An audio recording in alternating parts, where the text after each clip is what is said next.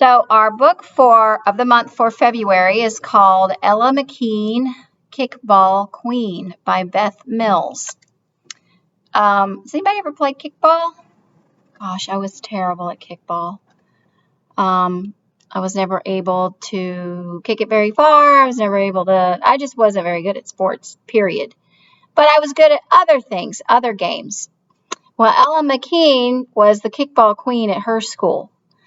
So nobody could catch any of her kicks. And for a long time, she just knew that she was the best, so she never lost any games until one day a new girl moves into town and completely changes everything for Ella.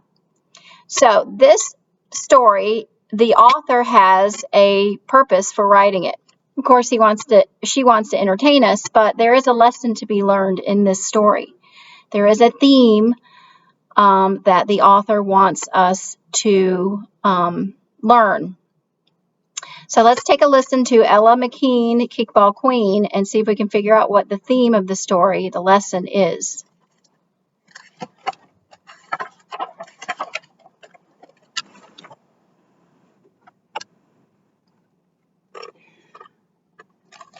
When Elle McKeen steps up to the plate, everyone knows what to do. Move back! Move back! Ella smiles at Kyle, the pitcher. Ella smiles at her classmates on the field. Her kicks have never been caught. Not the zinger, not the bouncer, and definitely not the bomb. She was the best kickball player at her school. Oh no, Kyle mutters as he winds up for the pitch. Here it comes. Kapow! The ball arcs through the air higher and higher until it is lost in the sun.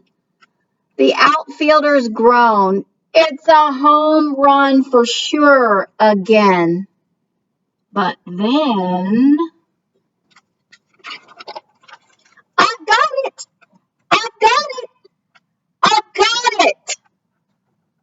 Raya Patel, the new girl, is racing towards the falling ball.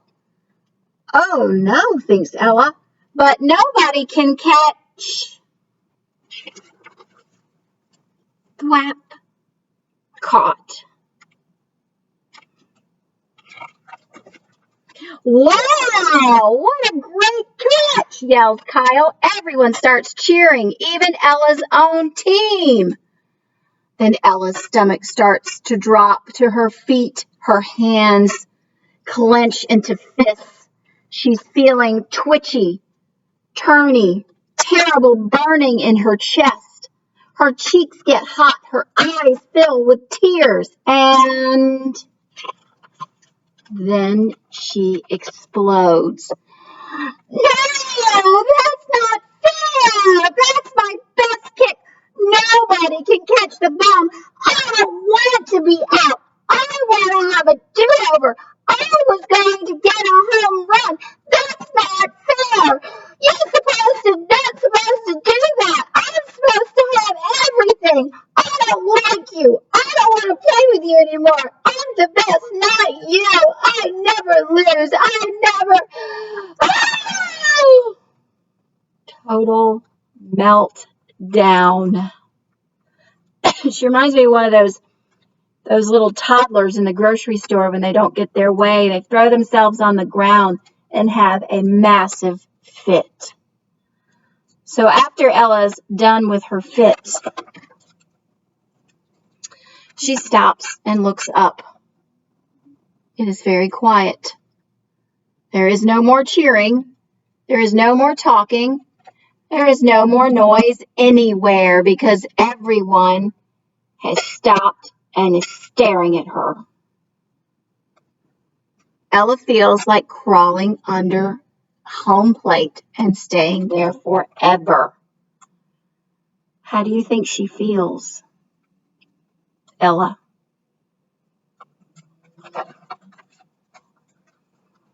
Sorry, she says. Nobody hears her over the end of the recess bell. For the rest of the day, Ella can't stop thinking about what happened and Raya and how everybody stared at her and how she wanted to hide. Ella thinks about going to school in the morning. Oh, and then she feels even worse. The next morning, Ella's pretty sure everyone is elaboiding her because of what happened yesterday. And she tries not to even look at Raya, but on the way to recess, Ella's stomach starts to drop. She will have to see Raya out on the field again. The captains start to pick the teams for kickball. Ella knows she has to say something to Raya. So she takes a deep breath and jogs over to where Raya is. Look, I'm sorry for yesterday. That catch, it was really good. But you see, I'm the kickball queen here. And nobody's ever caught any of my kicks before. Well, okay, said Raya. But you should know, I was the kickball queen at my school.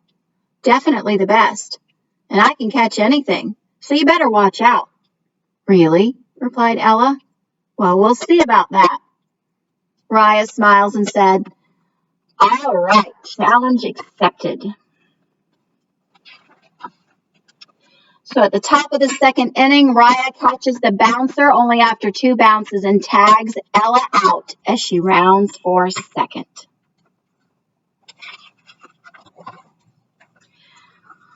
It's happening again. Ella's stomach starts to drop to her feet. Her hands clench into fists. She feels a twisty, turny, terrible burning in her chest. Her cheeks get hot. Her eyes fill with tears. And this time, Ella takes a deep breath. She walks up to Raya and she says, good catch.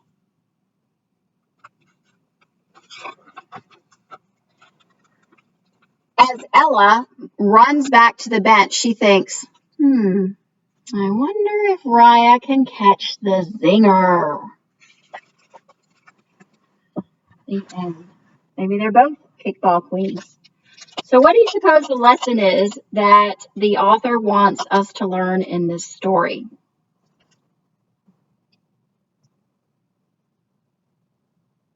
Has anybody ever heard of the term being a good sport?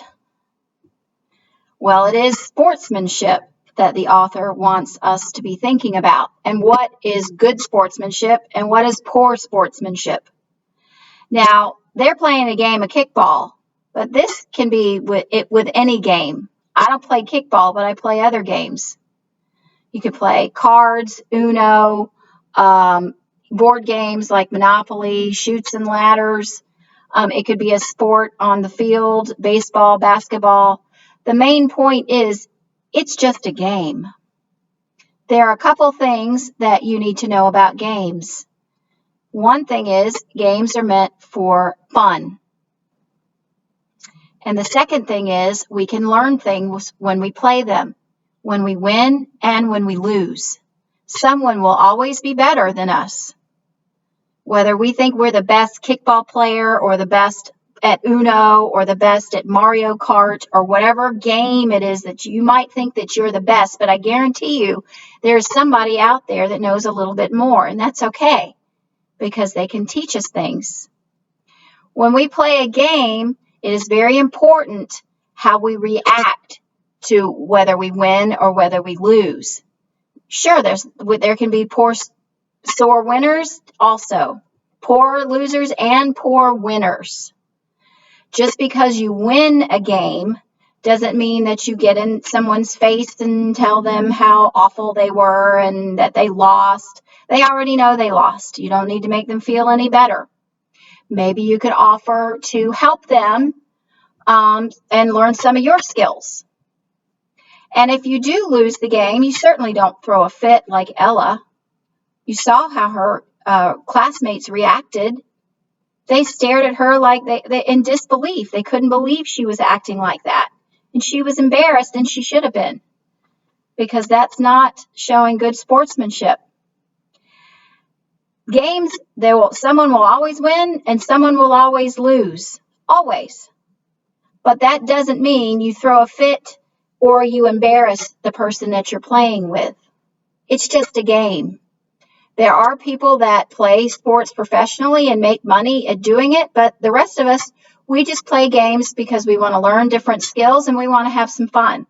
So there's no reason in being a poor sport about it, getting upset and making other people feel bad about themselves. Learn from them, help them, and play again. Because I guarantee you, if you act like Ella, no one will want to play with you again. Because if you expect to win every single time, what's the point in playing? If you throw a fit every single time, no one will want to play with you. So it's really important how you react. It tells a lot about who you are when you act in certain situations. So the theme for this story is sportsmanship. Good sportsmanship, whether you're winning or whether you're losing. So I have some other activities I want you to do that have to do with our story. When we were in school, we saw a bunch of videos about kids showing good sportsmanship and some poor sportsmanship, and we made a decision how we should act one way or another. I'll have some fun activities for you guys to do. I hope you enjoyed our story about Elle McKeen, and we really need to think about whether we are a good sport or we are a poor sport. If we're a good sport, people will want to play with us, and we'll learn new skills and learn new things. If we act like a poor sport, no one will want to play with us again. And you embarrass yourself. You don't want to do that. So I hope you enjoyed our story. I hope you enjoy the activities. And we got spring break coming up in a couple weeks, so that's pretty exciting. Hope you guys are staying dry. It's been certainly raining quite a bit. And I will see you guys soon. Take care. Bye.